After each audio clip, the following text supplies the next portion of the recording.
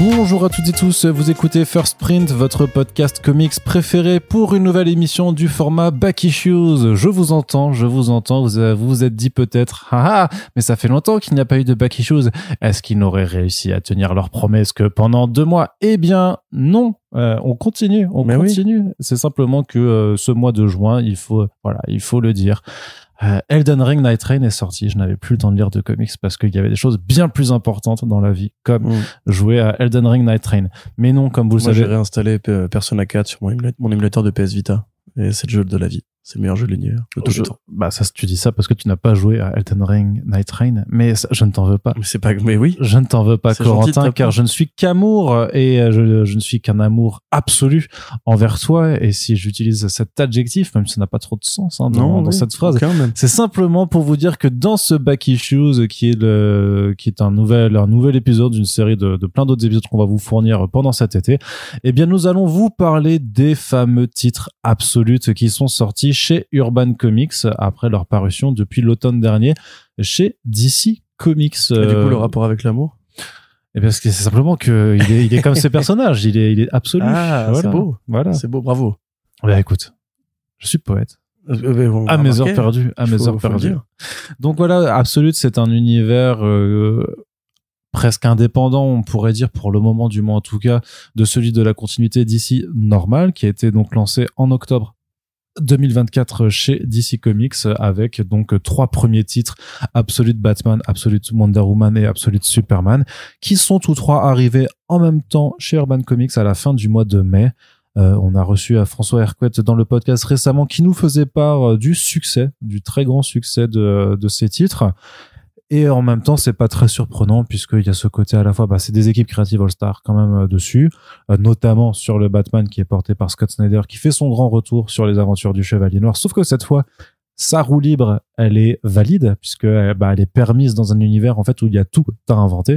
Et effectivement, l'autre avantage d'Absolute, c'est vraiment ce côté porte d'entrée. Vous avez pas besoin. Alors le truc, c'est que techniquement, il y a plein de séries dans lesquelles vous n'avez jamais besoin d'avoir lu quoi que ce soit avant. Mais comme les précédentes, que ce soit les DC Rebirth, DC Infinite, les Dawn of DC, avaient toujours cette tendance à s'inscrire dans la suite d'une ère éditoriale précédente. Forcément, pour beaucoup de gens, il y avait cette idée qu'il y a des prérequis, qu'à chaque fois que tu vas aller en librairie, il y a l'inspecteur de la continuité qui va t'accompagner chez toi à ta lecture, et juste avant que tu ouvres le bouquin, il va faire t'as pas lu ça avant? Interdit d'entrer. C'est ça. Est-ce que tu sais ce qui s'est passé dans Detective Comics 879? Mais attention, le premier backup, pas le deuxième. Oui, mais celui de Dan Waters, faut pas confondre avec celui de Belen Ortega. Exactement. Je suis désolé, ça a rien à voir. Ça a rien à voir. Donc voilà, ce fameux inspecteur de la continuité qui vient nous emmerder à chacune de nos lectures, qui a l'accent du Sud. Faut le savoir. Qui a l'accent du Sud, mais qui dans la vraie vie n'existe pas, mais c'est un pote du commis. Ça fait partie des préjugés un peu de notre imaginaire collectif, de se dire que voilà, tout ce qui est continuité, enfin tout ce qui est dans la continuité, ça peut rapidement devenir compliqué. Et donc forcément, Absolute, quand on le présente comme effectivement un nouvel univers sur lequel il y a définitivement 0 prérequis, ça donne plus envie de s'y lancer. Et puis il y a aussi ce côté que au-delà des nouveaux lecteurs qui auraient peur d'entrer, même pour les plus anciens qui en ont marre du côté un peu on tourne en rond, du statu quo qui est toujours le même et ce genre de choses-là, et de l'absence de prise de risque chez les maisons d'édition, de se dire, là, effectivement, on va avoir plus de prise de risque, plus de liberté dans la tonalité, et en fait, on va pouvoir découvrir des choses qu'on ne connaît pas, puisque c'est un jeu ludique aussi de découvrir comment les éditeurs veulent moderniser ou proposer des versions alternatives. C'est même le principe du multivers depuis toujours. On est toujours agréablement surpris de voir, comme à l'époque de Ultimate Spider-Man, que la continuité peut être réécrite différemment tout en gardant les mêmes éléments. Tout à fait, sauf que c'est pas présenté, alors que même ça en est un techniquement. On pourrait dire que c'est de l'Elseworld, les Absolutes, mais ça n'est pas présenté comme ça. C'est vraiment présenté comme un nouvel univers à découvrir, un nouvel univers partagé aussi, ce qui implique effectivement que tôt ou tard, l'univers Absolute devra composer avec les mêmes contraintes que la continuité normale, avec tout ce qui sera crossover. Et puis mettons que ça dure 5 ans, dans 5 ans on dira mince, mais pas où je rentre dans Absolute. Il y avait Absolute Batman en 2025, et tu diras mais tout ça à rattraper, c'est compliqué. J'espère qu'ils auront retenu justement les leçons de l'échec de l'univers Ultimate en ne rebootant pas les séries au sein de leur propre canon. Ou qui feront pas des événements de type Ultimatum, etc. pour essayer de faire groupe commun, alors que là, justement, ça fonctionne parce qu'il n'y a pas groupe commun pour l'instant. Il y aura forcément... Que tu es bien naïf, mon bon Corentin, que tu es bien naïf. Bah, On le sait déjà que du côté de Marvel, avec leur nouvel univers Ultimate, à la fin du décompte pour la libération du Maker, il y aura forcément un truc à la Ultimatum et un relaunch Ultimate 1, 2, enfin volume 2, qui serait pas utile. J'ai très peur que oui, pour le coup, mais voilà. C'est idiot ça. Et on ne sait pas d'ailleurs si Absolute a un premier cycle de vie sur 2 ans et qu'après ils feront d'autres opérations. Mais de toute façon, ça c'est des considérations. Voilà, c'est des considérations pour 2027, pour 2028. En attendant, on est à l'été 2025. Les albums viennent de se lancer. Ils ont déjà trouvé leur public, donc nous, on arrive même après le coche. Donc c'est même pas pour vous dire achetez-les, et participez à cet effet-là. C'est plus pour parler vraiment de ces histoires, de qu'est-ce que ça apporte, est-ce que c'est bien, est-ce que c'est pas bien, quels sont les meilleurs titres pour le moment dans ce qui est sorti en VF en attendant la suite, puisque la suite elle a été annoncée déjà. C'est Batman. Il y aura Absolute Flash et Absolute Martian Manhunter, 2 prévus pour la fin d'année. Peut-être Absolute Green Lantern, du coup, François tente de ménager les ardeurs là-dessus, parce que c'est pas encore acté visiblement chez eux s'ils le publieront ou pas. Et de ce que je vois de la VO, a priori, il y a des interrogations réelles sur l'intérêt de publier cet Absolute Green Lantern en VF, plutôt que de poursuivre, par exemple, le Green Lantern de Jeremy Adams, qui lui trouve un meilleur accueil critique. Mais il est très bien. Hein. Ouais, mais... Les 2 séries sont de qualité. C'est ça, mais c'est juste qu'il n'a pas été poursuivi en cartonné, donc maintenant que l'interrogation serait est-ce qu'on le refait en paperback ou pas. Mais pour ça... Green Lantern, pour ceux qui du coup n'ont pas du tout lu la VO, c'est juste un problème graphique à mon sens. C'est vraiment que le dessin est pas du tout vendeur, parce que la série elle-même est bien écrite. D'accord. Ouais. Voilà. J'ai vu il y a d'autres gens sur notre Discord pardon, qui ont reçu un problème avec le scénar, donc bon. Ah ouais. On en parlera quand on sera là. Mais... C'est ça. On en reparlera plus tard. Mais donc, pour démarrer, Absolute Superman, Absolute Batman, Absolute Wonder Woman, par lequel veux-tu commencer, Corentin? Est-ce que tu veux faire un ordre ascendant, c'est-à-dire que partir de la série la moins bonne pour aller vers la meilleure? Est-ce que tu veux partir par ordre chronologique de publication, c'est-à-dire avec... Non, parce que du coup, je vais terminer avec Absolute Batman quand même. Qui pour moi, du coup, pour reprendre ton idée de l'ordre ascendant, reste la meilleure des 3, tout simplement. Eh bien... Voilà. Et vous pouvez déjà bondir sur le Discord pour dire que Corentin est un vendu à la chauve-souris et un mec qui se contredit parce qu'il a passé quand même 10 ans à dire du mal de Scott Snyder. Comme quoi, on peut dans la vie faire tout. Les idiots, les chemises et la peau de l'ours, on les connaît les proverbes. Parce qu'ils changent pas d'avis, les idiots. Il y a que les idiots qui ne changent pas d'avis. Donc moi, je suis pas un idiot parce que j'ai changé d'avis. Tu vois? Donc ton insulte, à peine masqué, c'est Rod, Arnaud Kikou. Zut. Après, je ne saurais pas te dire laquelle des 2 je préfère ou j'aime le moins entre Superman et Wonder Woman. Je propose qu'on commence quand même par Superman puisque c'est le plus événementiel et que c'est Jason Aaron et que on connaît bien ce personnage. Il sort au cinéma cette semaine. Alors, on enregistre ce podcast. Effectivement, il sera sorti au cinéma. Oui.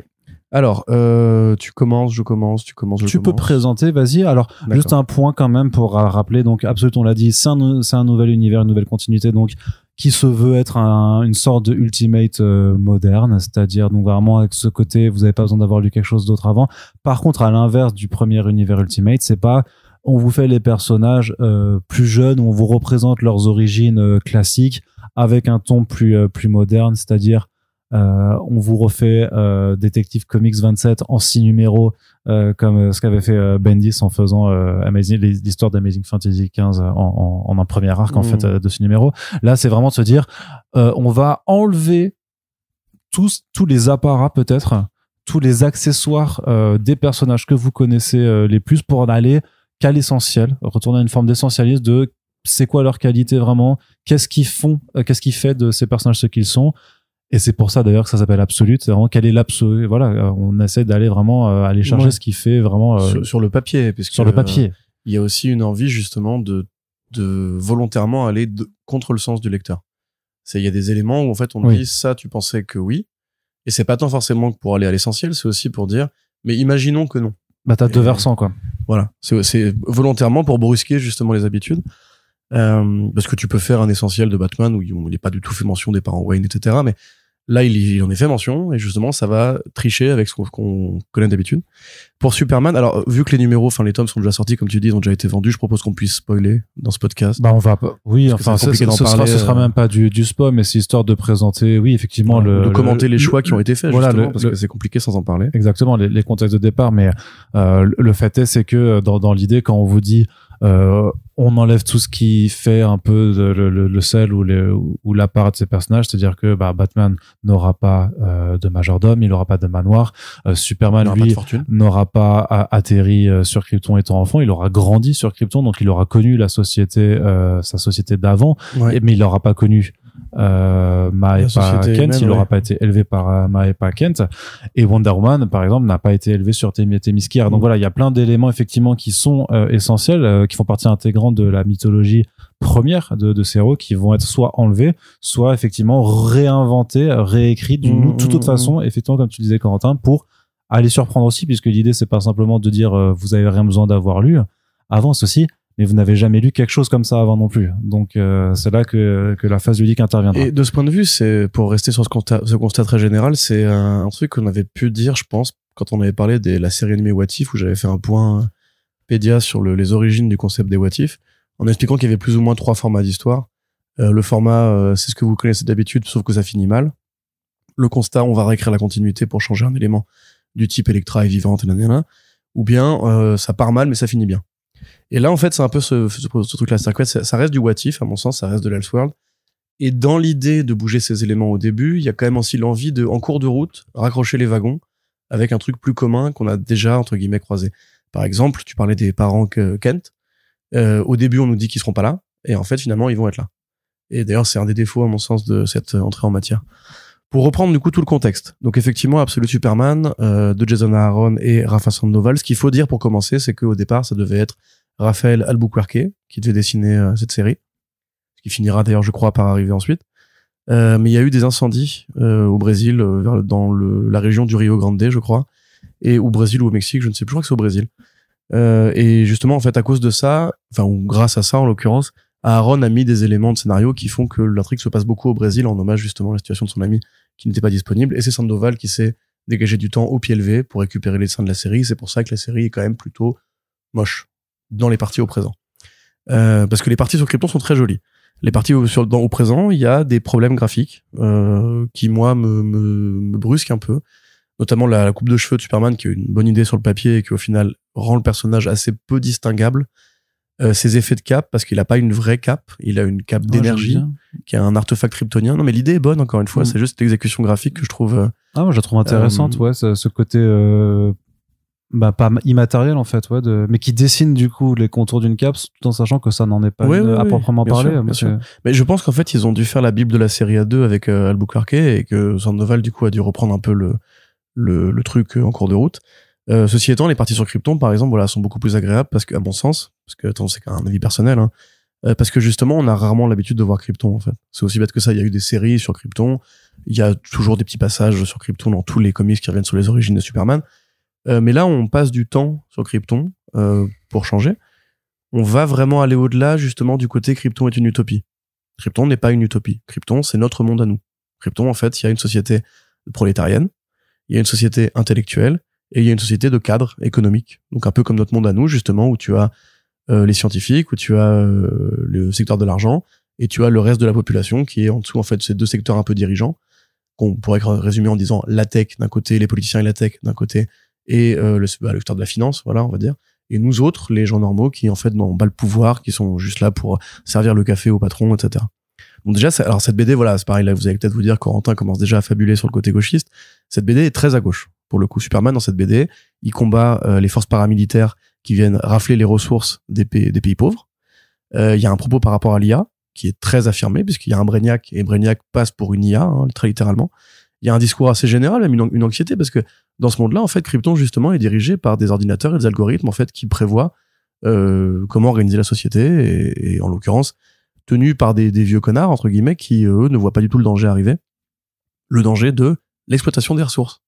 Parce que là, en fait, on a souvent dit Krypton, en fait, c'est une allégorie de plein de trucs. C'est une allégorie d'Atlantide, c'est tout ce côté un peu la civilisation qui exploite son cristal à tel point que voilà. Mais en fait, aujourd'hui, ça prend un sens différent, puisque une civilisation qui bousille sa planète en exploitant ses ressources au point qu'elle n'est plus habitable et qu'elle finit par exploser, ça a forcément un sens différent pour nous aujourd'hui. Et Aaron a très bien compris ce truc-là. Donc, dans ce contexte, en fait, Jor-El et c'est Lara, sa mère, c'est ça? Jor-El et Lara-El, du coup, en fait, sont déjà ce sont des génies, mais qui ont été rétrogradés au rang de prolétaires parce que ils avaient une grande gueule, en fait. C'était des contestataires, c'était des rebelles. Ils voulaient agir pour le bien commun, mais dans un monde qui ne les laissait pas faire. Et donc, il y a ce côté, en fait, c'est des lanceurs d'alerte. Et c'est des gens qui, effectivement, comme d'habitude, ont vu arriver le problème de l'explosion de Krypton. Sauf que là, c'est pas juste Jor-El, le patriarche, qui l'a fait parce qu'il est trop intelligent, et Lara, qui serait juste la maman bien aimée, qui aime son fils et qui, voilà, ne se résume qu'à son rôle de mère, comme dans Man of Steel, par exemple, où c'est clairement cette distinction-là. Vous avez le scientifique combattant et vous avez la mère christique. Là, c'est exactement Marie, ouais. C'est exactement ce que Jason Aaron a voulu éviter, en leur donnant à chacun un rôle bien important. Et limite, Lara, justement, est peut-être plus la protagoniste, en fait, sur Krypton que son mari. Il y a Crypto aussi, moi je suis content, il est le petit labrador, il est trop sympa. Et effectivement, Kal-El, oui, Clark va grandir, en fait, pendant assez longtemps, jusqu'à début de l'adolescence, on va dire. Alors que là, il a connu Krypton, effectivement, il a vu ce qu'est une société qui ne fonctionne pas. Une société où, justement, en fait, on attribue les ressources de plus aux agriculteurs en fonction de ce qu'ils ont payé, où vraiment il y a une distinction classiste au sens premier du terme, qui fait que tu peux pas communiquer avec les autres groupes parce que ils font le choix de ne pas t'écouter, où la force a tous les pouvoirs et où vraiment il y a eu l'apocalypse qu'ils craignaient alors que vous voulez créer un arche pour quitter la planète. Il y a que Kal-El qui s'en est sorti, croit-on, parce qu'on se doute bien que évidemment plus tard Aaron dira que non, il y a d'autres Kryptoniens, il y a le général Zod et tout, t'inquiète pas. Mais là pour l'instant ça reste vraiment sur cette idée-là, en fait. Donc Kal-El arrive sur Terre, il va passer quelques mois a priori seulement chez les Kent. Et de fait, ça, c'est la partie pour moi qui est vraiment un peu faible, parce que tu te dis justement à quoi bon, en fait, mettre les Kent, dans la mesure où il a eu déjà, lui, des parents. Tu le vois sur la conclusion de l'arc, qu'il y a quand même eu une incidence de son séjour. Il y a eu une incidence, mais je trouve que du coup, là, en fait, ça contrevient à la promesse de l'univers absolu. C'est qu'en fait, là, justement, les parents Kent, d'habitude, c'est quoi? C'est les parents qui l'ont adopté parce qu'il a pas connu ses parents. Et il découvre une fois adulte, Jor-El dans son hologramme de son holocron cristal là, et qui lui explique, alors voilà, t'es de Krypton, à l'époque on bouffait des saucisses en regardant la constellation de la nébuleuse, machin et tout, et en plus tu vas t'appeler Superman, et voilà ton costume, c'est l'emblème des L, ça veut dire espoir dans ta langue, et nanana. Là pour le coup ils ne remplissent pas ce rôle là parce que déjà ils parlent pas leur langue, ils passent peu de temps avec eux, et en définitive t'as pas l'impression qu'il est spécialement d'accroche civile ou humaine, puisque en fait sa vie à ce qu'elle est là, elle se résume simplement à être Superman. C'est un Superman en vadrouille. Il est mystérieux, il est secret. Il explore des coins qui ont besoin de lui, notamment le Brésil, où il combat les soldats de la Force Peacemaker. Là, en l'occurrence, voilà, il travaille pour une grosse boîte qui est pilotée par Brainiac. Et c'est vraiment pareil, un discours en fait sur les armées privatisées, sur les mercenaires, sur comment les grandes entreprises s'installent dans des pays qui ont des ressources pour les piller. Et c'est au sein de cette force-là, il y a aussi Lois Lane qui là n'est pas journaliste, mais qui est en fait une sorte de militaire qui participe, qui travaille avec la Force Peacemaker. Là, pareillement, je sais que c'est le jeu, c'est les comics, les univers de comics ont leurs règles. La règle, c'est que Lois et Clark sont amoureux, c'est comme ça depuis les années 30. Mais là, quand même, il y a vraiment un côté un peu naïf dans le côté dès qu'ils se voient, ils tombent amoureux, clac, et badaboum. Et tu vas pas faire grand chose parce que c'est la règle. Tu crois pas au coup de foudre, toi, hein? Je crois pas au coup de foudre, non, mais surtout que là, je trouve que c'est vraiment un coup de foudre qui est un peu expédié. Il y a un côté un peu rom-com, tu sais, dans le côté ils sont attachés l'un à l'autre, ça fait des scènes comiques assez sympas et tout, c'est même plutôt bien rythmé, hein. C'est beaucoup d'explosions, hein. En l'occurrence, cette BD, ça défouraille, les Peacemakers ils tirent au tank et tout, voilà, t'es content. T'as le côté héros social, parce que c'est, je pense, une des missions qu'Aaron s'est donné, c'est de ramener Superman dans le côté c'est le héros du peuple, c'est le héros des petits, et pas que le héros des États-Unis. C'est pour ça que je parlais un peu d'essentialisme aussi, c'est que ça revient aussi aux valeurs que portait Superman même dans ses premières aventures, hein. On le rappelle toujours, mais le premier numéro d'Action Comics, il vient engueuler un patron qui maltraite ses employés, et il empêche un mari qui bat sa femme. Voilà, il empêche un type il arrête un type qui bat sa femme. Donc c'est aussi ça, tu vois, de se dire en fait, qu'est-ce qu'il fait fondamentalement Superman, effectivement, il vient en aide aux opprimés. Vraiment. Absolument, ouais. Au niveau iconisation, il y a aussi un gros rapport par rapport au feu. C'est dommage, ils auraient pu y réfléchir à ça parce que t'as l'impression que Wonder Woman, c'est un personnage qui veut plutôt la flotte par rapport à ses origines à elle. Batman, il n'y a pas tellement de rapport énergétique en l'occurrence. Mais Superman, il y a vraiment tout ce côté...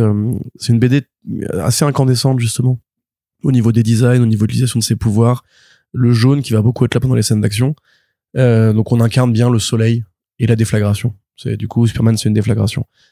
En revanche, il l'a un peu nerfé au niveau des pouvoirs quand même. Il l'a même bien nerfé. Ce Superman-là est beaucoup moins puissant que le Superman que nous on connaît. Et il a une sorte de jauge de batterie, un peu comme le X-O Manowar, on va dire, où en fait son armure, c'est aussi un partenaire et une façon pour lui justement de avoir une faiblesse naturelle. En fait, et ça, bon, tu vois un peu venir le truc. En même temps, c'est très programmatique. Vu qu'il a pas, ah ouais, carrément. Des mots en 4 syllabes et tout, c'est pas mal. Non, mais parce qu'il a pas vécu 30 ans sur Terre, donc il a pas ces cellules gavées d'énergie du soleil jaune pendant 30 ans et seulement pendant 6 mois. Donc tu peux te dire aussi que c'est quelque chose même qui pourrait être il pourrait évoluer, intégré dans le fait qu'ils se disent ah mince, je deviens puissant, qu'est-ce qui se passe en fait. Ouais, bien sûr. Et tu sais, beaucoup de gens ont dit du mal de Superman Lost de Christopher Priest. Ouais, j'en fais partie. Alors que oui, je sais. Alors que je trouve que le côté armure sentiente avec qui il parle et qui a un rapport sur la gestion de ses pouvoirs, en fait, ça vient un peu de là, je trouve.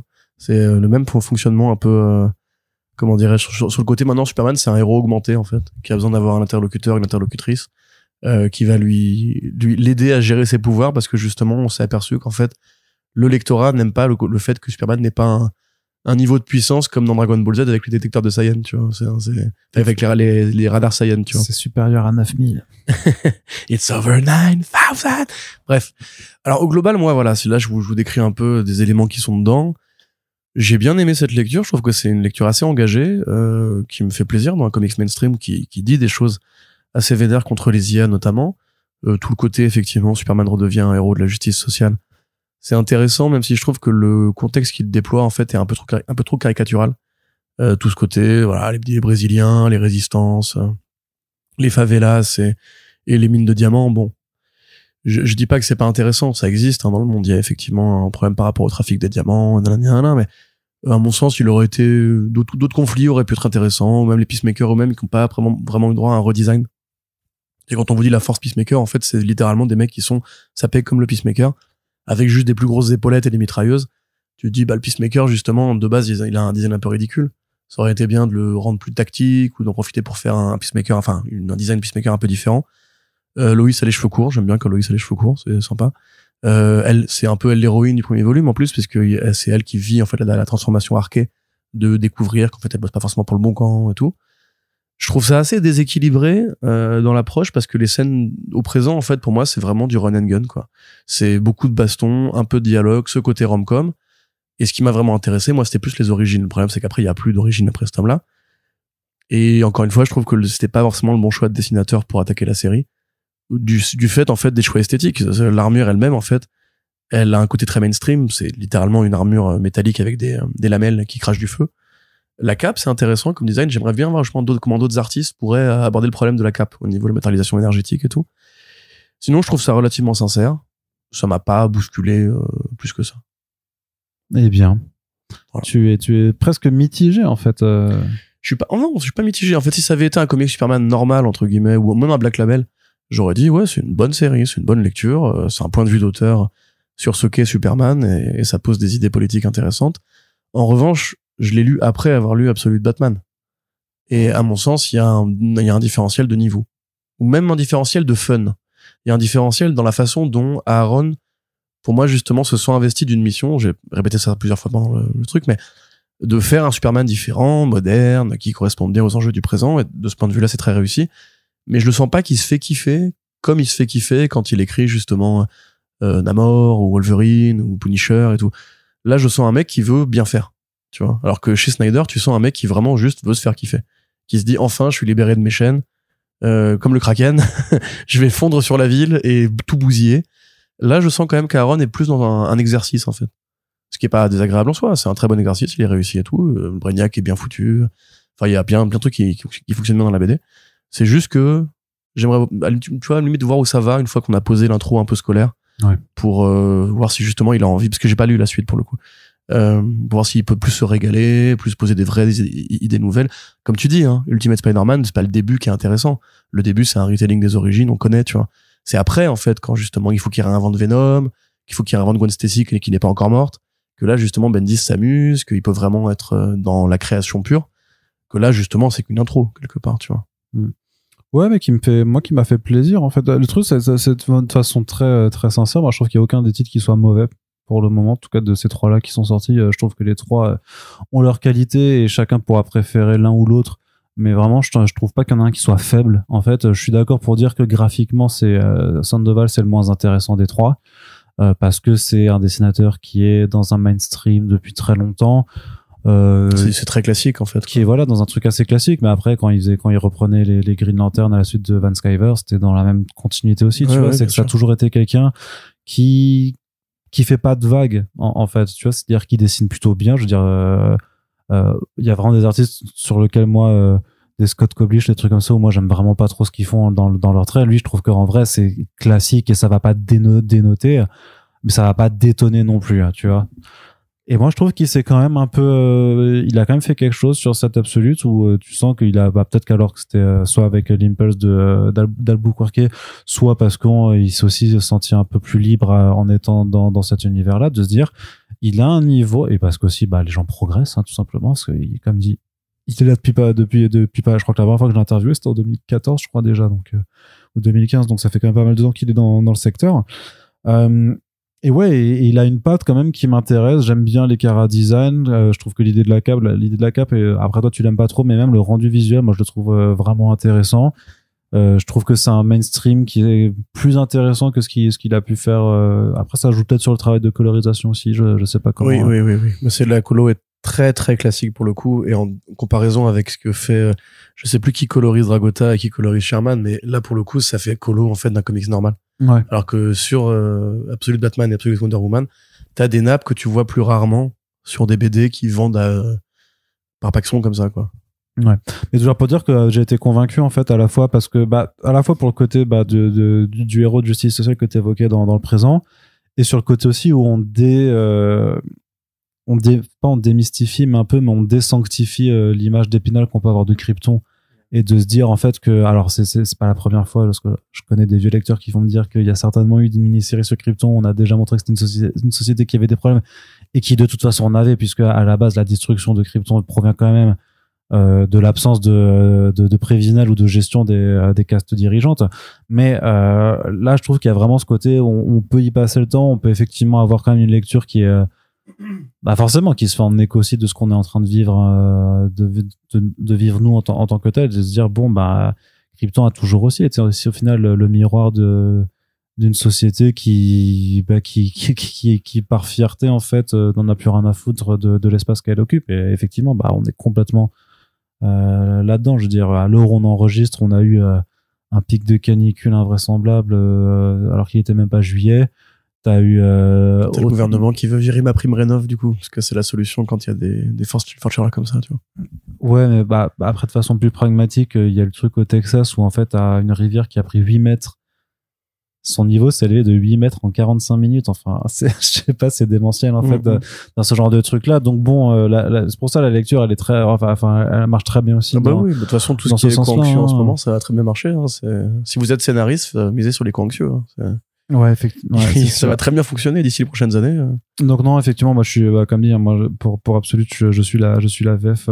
Faudrait que j'essaie de rattraper un peu la VO, mais je trouve que c'est convaincant en fait dans l'entrée en matière. Ça apporte à la fois des éléments assez classiques parce que c'est un personnage que tu retrouves parce que tu sens que tu le connais, et il y a assez d'éléments nouveaux ou en tout cas réinventés pour que tu te dises je n'ai pas encore lu cette histoire.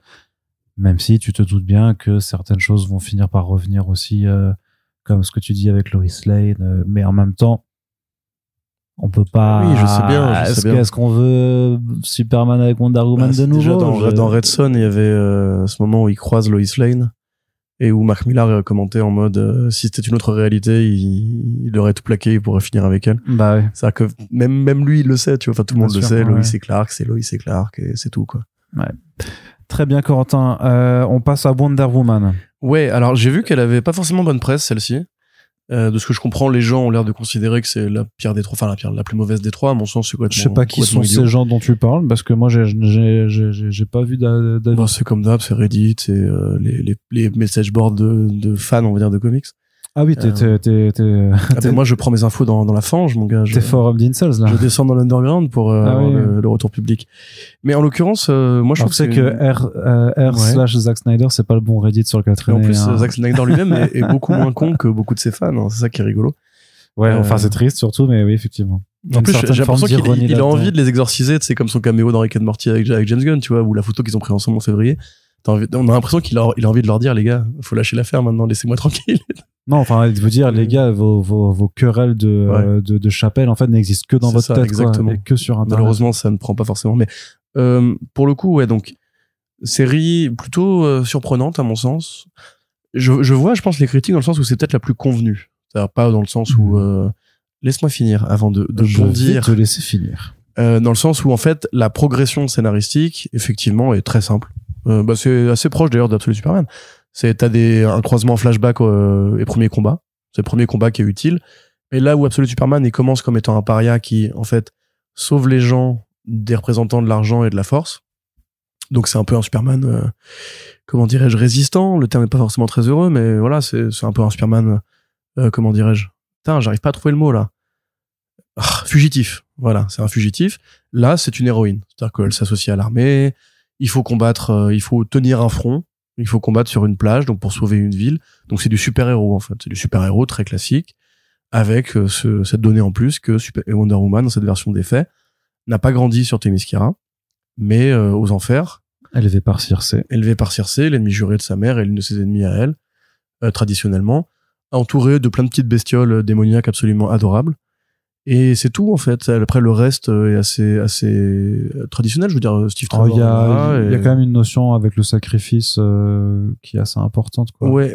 Mais ça après ça c'est dans l'application. Je veux dire que le comparatif entre la version classique de Wonder Woman et la version moderne, t'as tout le monde, tu vois. T'as Eta, t'as Steve Trevor. Il y a juste Themyscira qui n'est pas là et qui probablement sera encore une fois utile pour les aventures suivantes. Parce que du coup il y aura le côté. Elle va pas être très bien accueillie quand elle s'y rendra, quoi.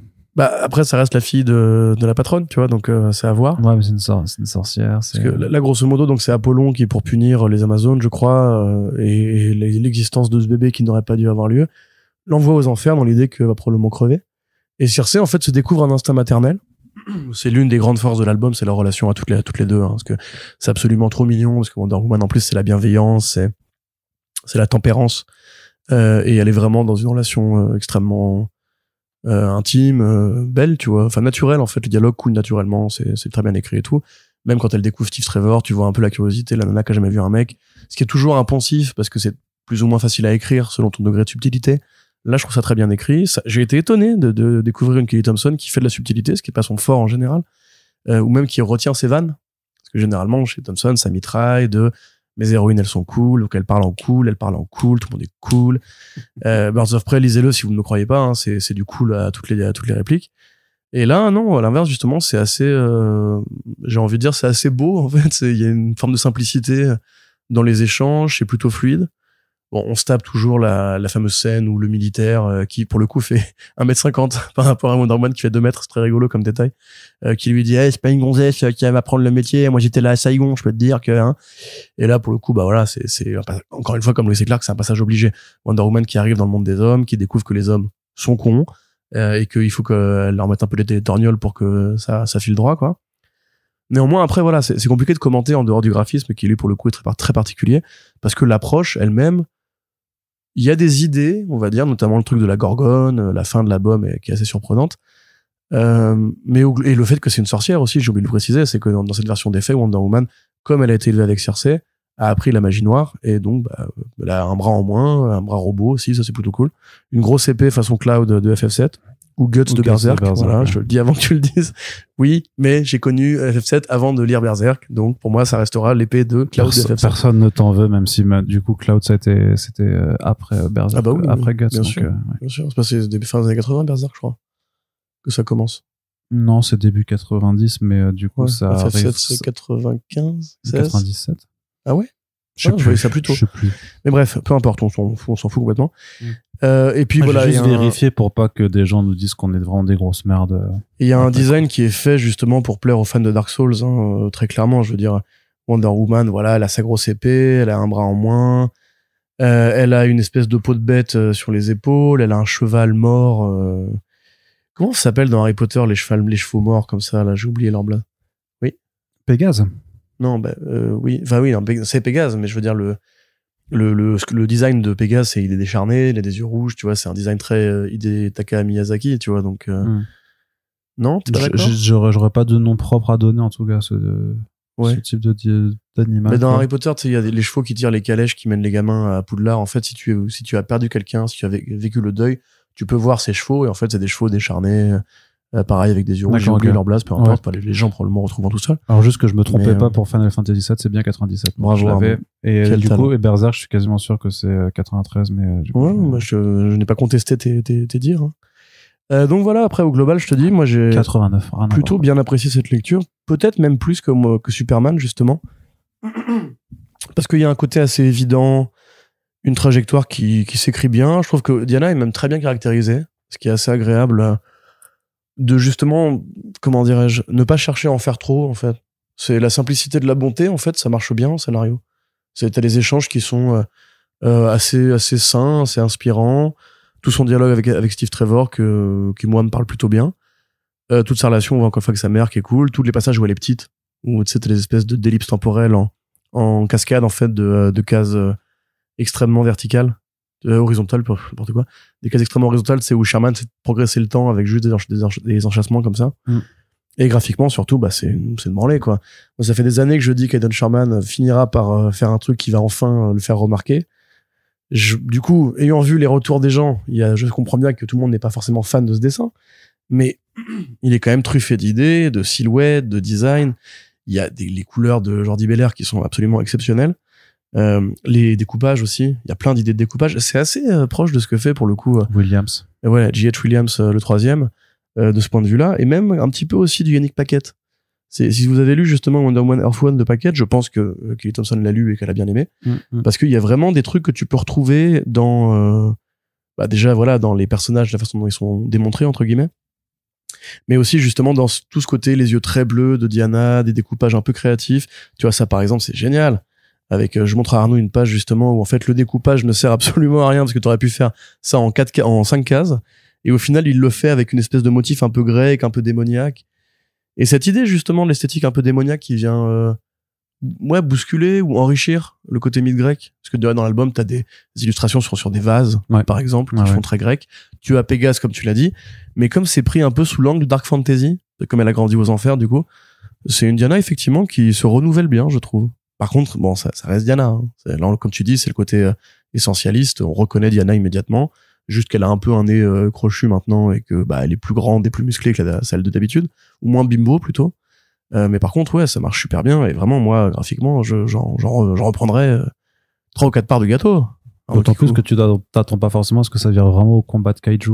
Oui, parce que là, pour le coup, c'est vrai que ça va assez vite dans le bestiaire, et je pense que ce sera une des forces de la série, parce que quand t'as un artiste qui est créatif comme ça, t'as envie de le laisser un peu tartiner avec de la grosse bestiole. Et le tome qui a le plus une fin cliffhanger pour le coup, vraiment, en fait.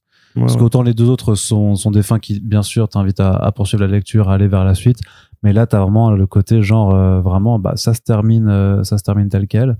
Et on est dans une attente totale de quelle direction la série va pouvoir prendre après cette disparition qui intervient dans les dernières pages et qui survient elle aussi après cette fameuse métamorphose à laquelle tu ne t'attends pas non plus et qui te montre aussi, c'est ça qui est en fait là c'est graduellement en fait dans le côté on va vers le plus de plaisir ou le plus de roue libre. En fait c'est graduel, quoi. C'est-à-dire que Superman c'est peut-être celle qui se prend le moins pour l'instant au jeu de ces libertés là.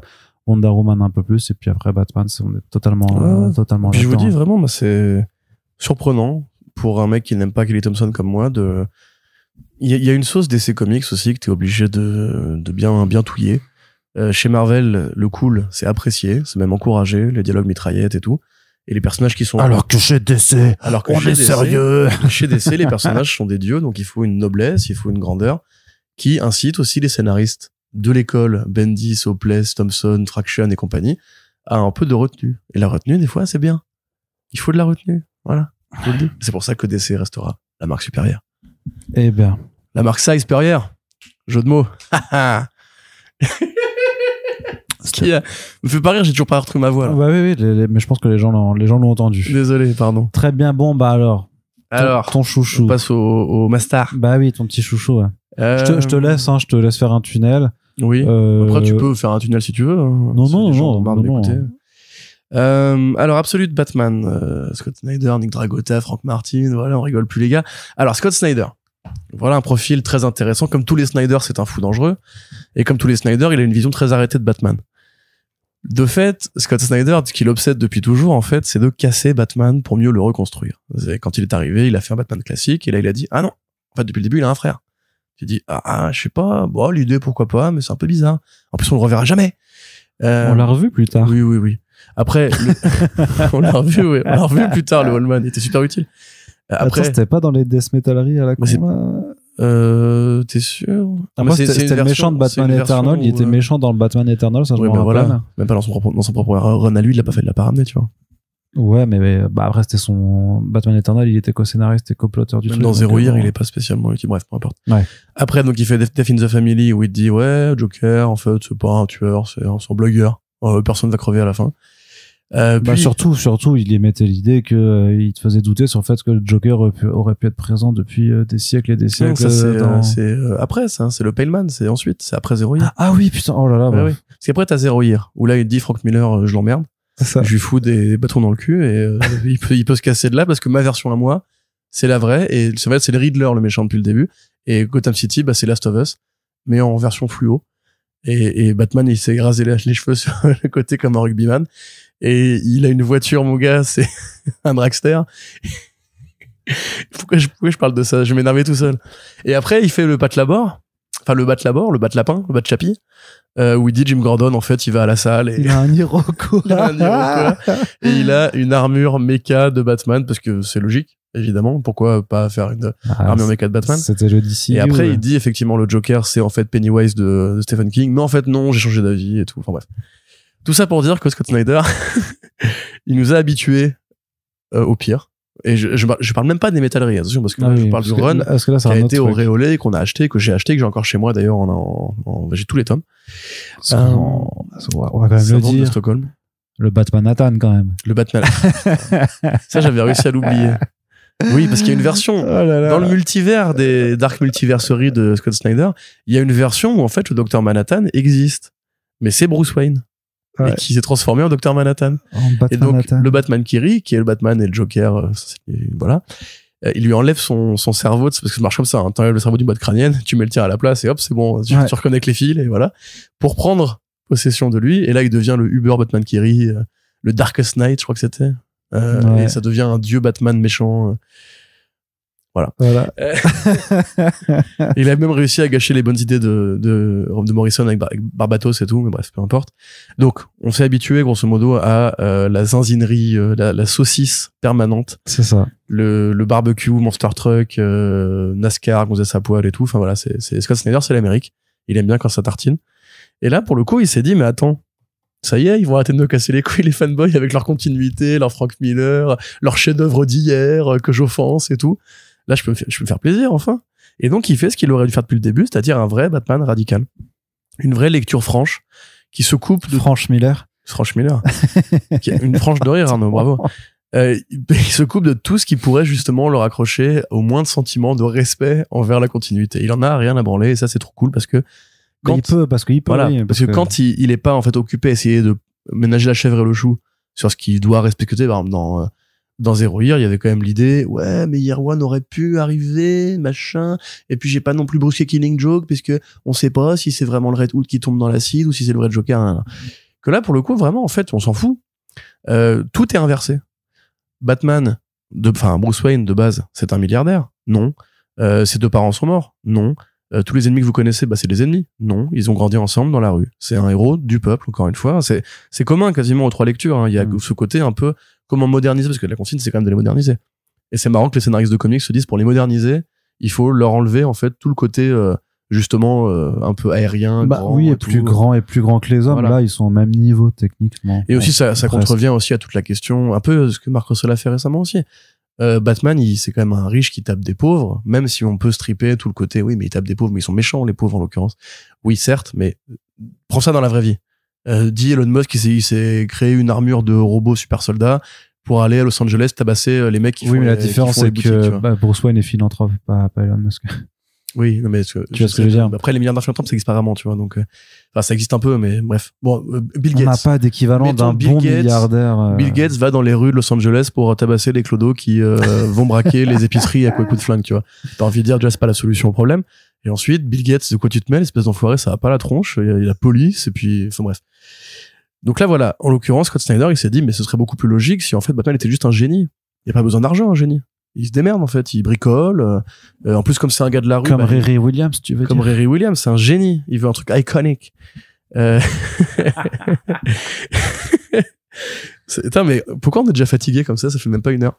Donc, là, effectivement, voilà, Batman n'a pas perdu ses parents, philanthrope, un docteur milliardaire qui descend d'une famille de chasseurs, etc. Là, son père, c'était un gland normal, en fait. Ils ont été au zoo un jour. Il y avait un starbé, il a sorti un flingue et son père, il est mort en héros parce qu'il a quand même protégé les enfants et tout, mais il est mort. Mais c'est tout. Et du coup, Bruce Wayne, il a dû grandir avec l'absence de son père. Sa mère est encore là. Et ils ont déménagé dans les quartiers pauvres à Crime Alley. Du coup, là où généralement ses parents se font tuer. Et il a grandi au milieu justement d'enfants qui étaient des enfants à problème et qui ont plus ou moins bien tourné. Vous avez le pingouin. J'ai le pingouin. C'est un petit, a priori, c'est un petit gangster. C'est pas très clair. Enfin, il magouille, on va dire. Vous avez le Riddler. Bon, c'est pas forcément la plus grande force de l'album parce il a quand même lui le droit à son intellect supérieur et tout.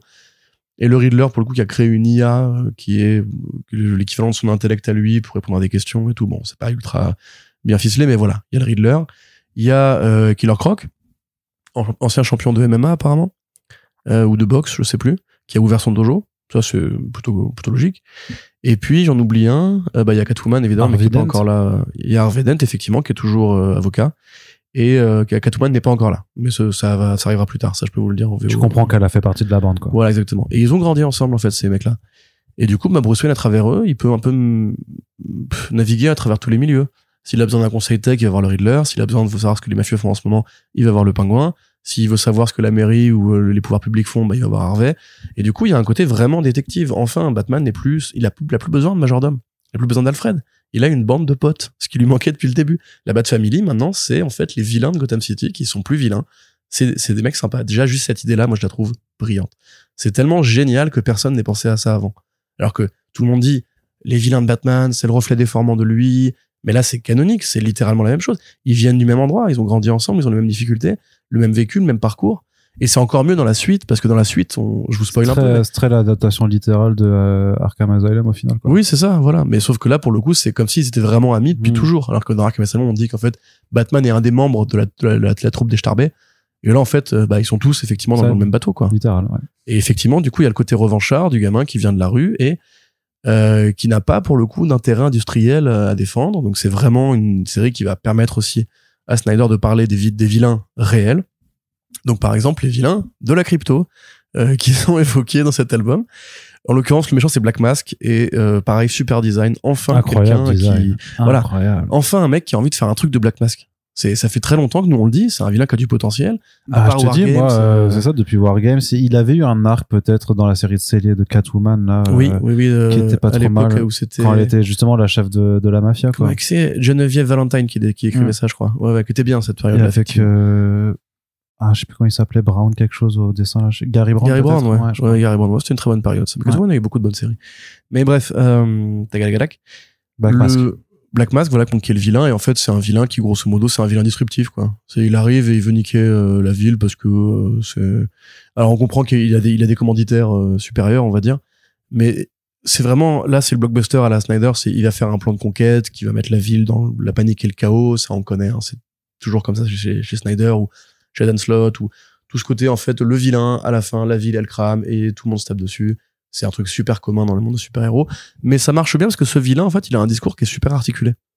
Il te dit, en fait, mais il te parle même de Trump, tu vois. Le vilain te parle de Trump. Il te dit, on est dans un monde on est dans le monde de la post-vérité. On est dans le monde de la fake news. On est dans le monde où en fait vous votez bêtement pour essayer de maintenir un système qui vous donne plus rien.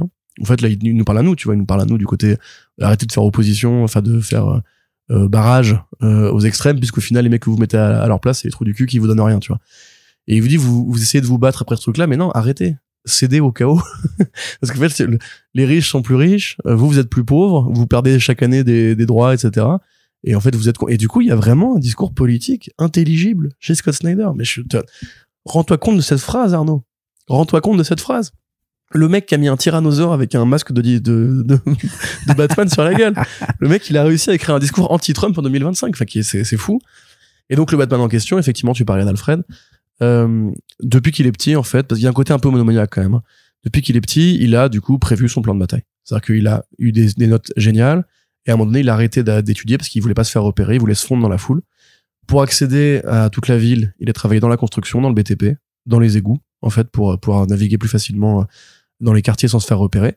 Il a créé son armure qui a des flingues. Et oui, Scott Snyder est génial, mon gars. Il a enfin pu mettre des flingues dans la gueule de Batman. Mais il tue pas avec ses flingues. Hein. Bon, c'est un Batman quand même assez violent, pour le coup. Quand il faut trancher, il tranche. Pour l'instant, il ne tue pas. Mais il a bien il coupe des bras, il a bien un fusil à pompe, mais c'est un fusil à pompe non létal, quoi.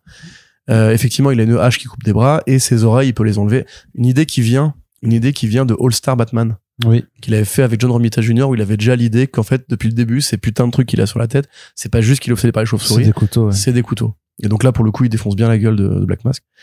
Et évidemment, c'est le Batman le plus bulky de l'histoire des Batman bulky. Même le Batman de Dark Knight Returns à côté, c'est presque un anorexique en comparaison. Ouais, et puis il y a presque même une suspension de crédulité à avoir. En fait, quand il est en Bruce Wayne et que tu le revois après en costume, tu fais à aucun moment c'est le même corps et c'est la même personne. Ah oui, non, mais là c'est Thomas Spinal, le mec. Mais en plus, il est grand et il est massif. Donc déjà, tu te dis, bon, le côté chauve-souris, il se shoot au Venom, furtif quoi. Et tout, non, rien à voir. Là, voilà, c'est ça, c'est du McFarlane.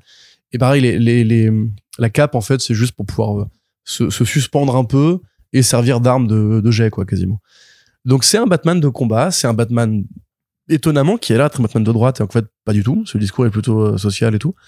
C'est du blockbuster bourrin, c'est tout. Enfin, sa Batmobile, c'est une plateforme de construction. Mais oui, oh, ça c'est tellement débile, j'adore, franchement, voilà un mec qui en fait, après tout ce temps à essayer d'écrire des conneries en pensant que c'était cool, comme le Superman biker et tout, enfin tout ce qu'il a fait dans Metal qui était horrible, la tronçonneuse de Wonder Woman dans Last Night on Earth et tout, ouais. La tronçonneuse de la vérité, rappelle-toi. Avec pareil l'Iroquoise, il a un truc avec les Iroquoises, par contre. Il avait une Iroquoise à l'époque, Wonder Woman. Voilà un mec qui après tout ce temps à faire que de la merde en se disant je vais trop loin, les gens ils vont péter un câble et c'est trop cool, je suis le meilleur. Là enfin il fait un truc qui est juste fandard en fait. Parce que tout ça tu te dis mais oui, mais dans ce nouvel univers il y a pas de suspension de crédulité. Tu peux me dire ce que tu veux, j'y crois. Tu peux me dire que Batman il tire des rayons laser avec les yeux si tu veux, pourquoi pas, c'est une nouvelle réalité, on fait ce qu'on veut. Et effectivement en plus ça a le côté over the top il est over the top à tous les niveaux, enfin un mot en français peut-être. Il est exagérément bourrin à tous les niveaux. Voilà, exubérant à tous les niveaux. C'est-à-dire qu'effectivement son logo c'est la lame de sa hache. C'est con hein, mais c'est juste, tu te dis bah ouais, pourquoi pas. Chez Frank Miller c'était bien un bouclier déflecteur, donc y a pas de raison. Et même le design du logo, hein. Le design du logo, c'est une note d'intention. Même la chauve-souris sur le logo, elle est bulky. Même elle est épaisse, comme si elle avait pris des prods, tu vois. Enfin, ça n'a aucun sens. Mais du coup, moi, je me suis quand même bien régalé parce que je trouve que derrière cette façade de débilité, il y a un plan. Tu vois, il y a un plan comme le Joker, par exemple, qu'on voit dès le premier numéro. Et Joker, sa particularité, c'est qu'il ne sourit pas. Et là, dans cet univers-là, c'est le Joker qui est riche. C'est le Joker qui est le puissant, qui commande aux politiciens, etc., dans les ombres et tout. Avec Alfred aussi, pareil. Ça fait très longtemps qu'on gravite autour de l'idée. Je veux dire, à chaque fois qu'on voit un Alfred un peu d'action, terrain, on dit ouais, c'est Alfred de Earth One, etc. Mais en fait, dans le canon, ça fait un bail qu'on nous a dit non, Alfred, en fait, c'est un ancien de la Royal Air Force, il a fait telle guerre et machin et tout. Puis après, inexplicablement, il a dit je raccroche les wagons, je raccroche le fusil et je vais faire le majordome pour les Wayne. C'est-à-dire, mais ça n'a aucun sens. Bah ici, il y a une raison. Oui, il y a une raison. Oui, il a sauvé la vie, comme on la voit dans la série Pennyworth. Voilà. C'est ça que t'allais dire. Ouais, et puis après le fait qu'il raccroche complètement, c'est parce que les deux meurent et qu'il doit s'occuper du gamin, quoi. Mais oui, mais je veux dire, pourquoi est-ce qu'il deviendrait le majordome, c'est avec la petite moustache à l'anglaise, le crâne dégarni, le mec, tu sais, Alfred, on te dit c'est un majordome quand même, il est fin comme une brindille, enfin non, sauf chez Frank Miller, ça aussi, où là pour le coup il est ultra stock, il fait de la boxe et c'est un ancien chirurgien militaire. Mais voilà, là on va enfin aller au bout de l'idée. En fait, Alfred, non, c'est pas un majordome, c'est un homme de terrain, c'est un super espion, c'est le MI6 et c'est un mercenaire. Et c'est tout, en fait. Et tu te dis, mais oui, et c'est quand même beaucoup plus logique. Pourquoi est-ce que, justement, Batman, il aurait un majordome qui sait pirater des ordinateurs, qui sait réparer les blessures, qui l'aide dans ses enquêtes, qui peut piloter le Batplane. Enfin, tu vois, t'as envie de dire non, mais même le meilleur majordome du monde sait pas faire ça, tu vois. Alors que là, effectivement, si tu dis, en fait, puisqu'il a pas de manoir, pas besoin de majordome, donc je peux rendre Alfred à ce qu'il a été depuis quand même 10 ans, c'est-à-dire juste un homme de terrain. Là, il se crée une vraie proximité entre les deux. En fait, les deux sont des hommes de terrain. Il n'y a plus juste Maître Wayne, je m'inquiète pour vous, trouvez-vous une gonzesse, arrêtez de devenir fou, transformez en chauve-souris, et arrêtez de ramener des gamins que vous avez trouvés dans la rue, s'il vous plaît. C'est quand même le 5e, là, c'est bizarre. Là, pour le coup, voilà, c'est vraiment, en fait... je cherche un film qui aurait un truc un peu comme ça, tu vois, le côté l'ancien et le nouveau, le vieux sensei qui croise le jeune loup, tu vois. Enfin, il y a... Les exemples me manquent là tout de suite, mais probablement que vous avez trouvé vous-même des trucs qui pourraient fonctionner comme ça. Ça marche bien, je trouve, tu vois. Ce Alfred-là, en plus, il est cool. Même limite, il y a un petit discours conscient aussi, tu vois, genre, quand il dit, bah voilà, je vais chez l'Indien pour prendre du thé, parce que comme on les a colonisés, les mecs, il y a que eux qui savent faire bien le thé à part nous sur Terre, parce qu'il est quand même anglais, tu vois. Ça marche plutôt pas mal. Il y a aussi tout ce discours par rapport à ses maîtres à lui, on va dire. Et donc l'impression qu'il y a un plan plus vaste qui est à l'œuvre. Franchement, moi, je te dis, j'ai pas vraiment de reproches, si ce n'est que, évidemment, c'est pas pour tout le monde, quoi. Si vous aimez le Batman furtif, si vous aimez le Batman subtil, mais barrez-vous en courant. Mais limite, sans vous retourner. Claquez la porte du comic shop et tout. Ne feuilletez pas cet album si vous aimez la subtilité. Non, on n'y est pas du tout, là. Là, non, ça défouraille. Si, à la limite, je trouve que les idées avec la famille Gordon sont dispensables. Il a envie, en fait, de faire un petit discours par rapport à la politique active, donc la politique municipale de Gotham City, et sur le rôle de la police, avec un discours qui va plus ou moins dire, bon, les flics, c'est des fripouilles, mais pas tous. Tu vois, c'est un peu ça, quoi. C'est les flics qui sont un peu riboux, mais en même temps, c'est quand même des héros, donc on va dire que c'est un peu des deux. Et pareil, d'ailleurs, il te fait une grosse agglomération, en fait, par rapport à la police, où, en fait, tout le monde est réinventé, hein, simplement. T'as la fille, t'as Montoya, je crois, tu as Bullock, et donc il te met un peu tout le monde, et pareil, avec des statuts un peu différents, c'est-à-dire que là, Gordon, en fait, a été maire de la ville, et bah, ça a été un très mauvais maire, quoi, simplement. Il y a un truc aussi par rapport au pognon, en fait, Batman refuse l'argent, à un moment donné, quand le Black Mask l'en propose, en lui disant, viens, on fait une trêve, tu vois, ta croisade un peu vengeresse, elle a ni queue ni tête, je te file du blé, et comme ça, après, tu peux t'acheter une super bagnole, et tu peux devenir un Batman un peu plus fortuné et tout. Et lui, il fait, non, nique ta race, je vais pas me corrompre avec mon argent pourri. Ça, c'est une bonne idée aussi, je trouve. Parce que ça, en plus, ça mimique un peu le côté Joker de The Dark Knight, qui fout le feu au tas de billets, pour dire que c'est bien un monomaniaque, et que enfin, pareil, le Batman de Snyder, qui a toujours été dans ce côté, en fait, moi, je suis obsédé, ce qui rend un peu agaçant, à mon sens. Là, vraiment, par contre, non, c'est logique, en fait, parce que il a pas connu l'argent, donc il a pas besoin. Ouais. Et s'il a réussi à aller aussi loin sans argent, et puis, pareil, c'est parti du discours un peu antisocial. Enfin, moi, j'ai plein de trucs à dire sur cet album, mais je parle tout seul depuis tout à l'heure pendant que tu regardes ton téléphone, donc. Non, déjà, je t'écoutais. Je plaisante, il se grattait les cheveux, c'est tout. Je faisais un partage simplement d'actualité, mais bah ouais, mais en même temps, je sais que toi, tu l'as beaucoup aimé et que tu en parlerais mieux que moi, et c'est pour ça que j'ai dit en intro que j'allais te laisser faire un tunnel, parce que j'abonde en fait dans tout ce que tu dis, et j'aurais pas envie de te paraphraser. Tout simplement. Tu sens là, tu dis ça à chaque podcast quand t'as la flemme de parler, toi, en fait. Ouais, mais parce qu'il y a des jours où j'ai moins envie de parler que d'autres. Non, mais en vrai, le truc, c'est que c'est hyper fun, ça rentre dedans.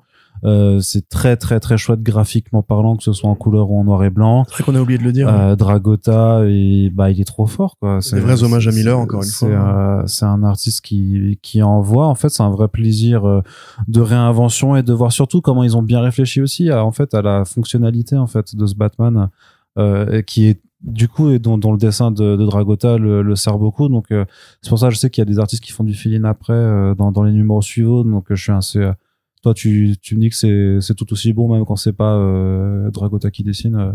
Ah oui, bah après c'est Marcos Martin qui reprend donc ça doit être pour un aussi, petit arc en deux parties avec Mr. Freeze, et là normalement on doit être à la période où Bane arrive, en fait. Ouais, c'est ça, quoi. Donc ça, le côté je te shoot dans un bébé aussi, qui est très très hike dans South Park, en fait.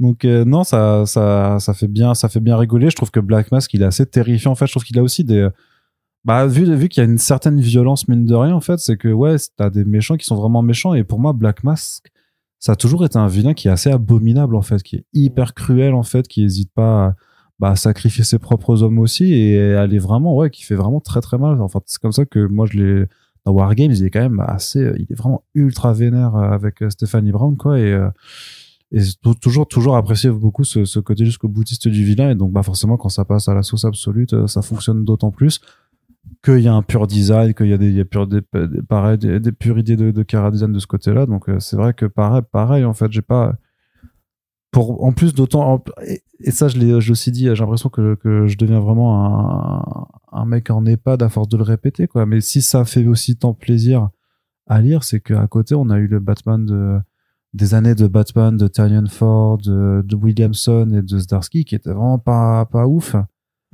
Et donc en parallèle forcément c'est les titres qui arrivent à sortir du lot, le Batman de Ramvé parce qu'il y avait ce côté plus gothique, plus détective qui était présent du moins au début et ce Absolute Batman aussi qui effectivement se prend pas la tête et qui t'apporte quelque chose de frais mais qui est pas aussi con parce qu'en fait ça aurait été les idées de super vilains que Tynion avait ramené à la con là avec Punchline, avec Ghostmaker et tout ça, ça aurait été en absolu. Je pense que j'aurais trouvé ça tout aussi naze.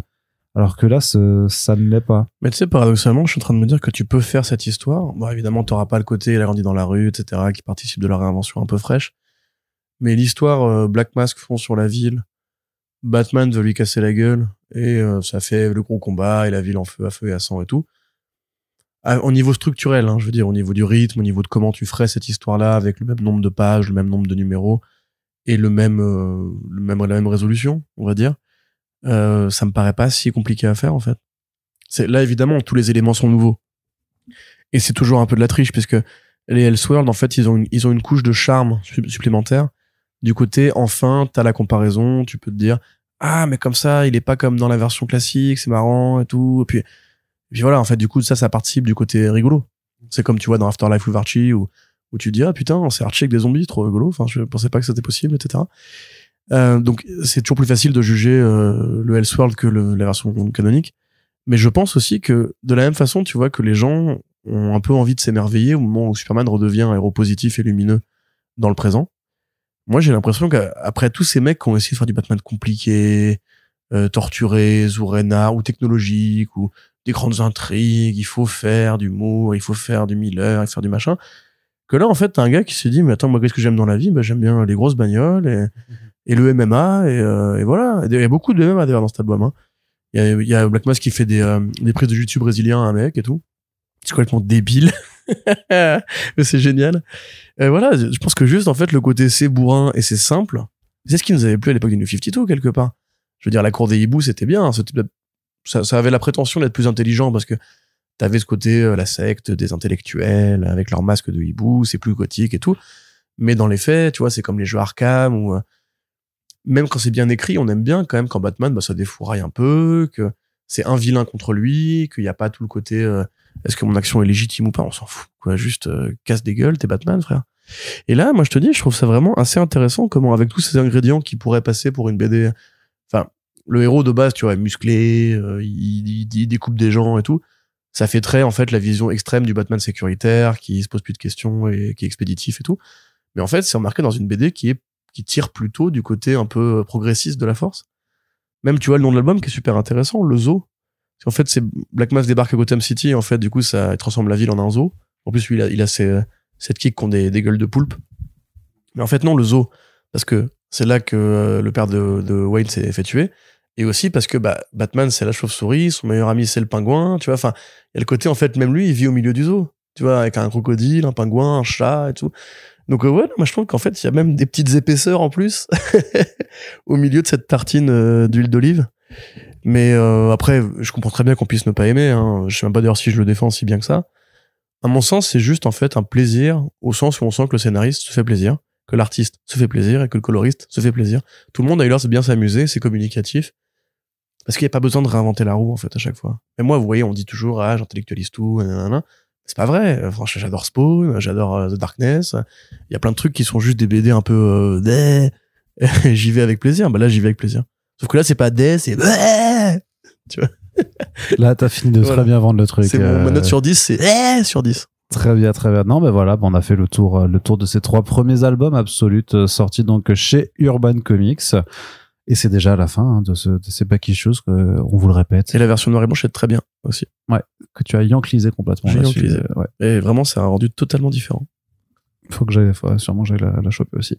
En tout cas, n'hésitez pas à nous dire ce que vous avez pensé de ces titres Absolutes. Quel est votre classement personnel sur cette première vague, puisque bien entendu après c'est Martian Manhunter qui va tous les supplanter.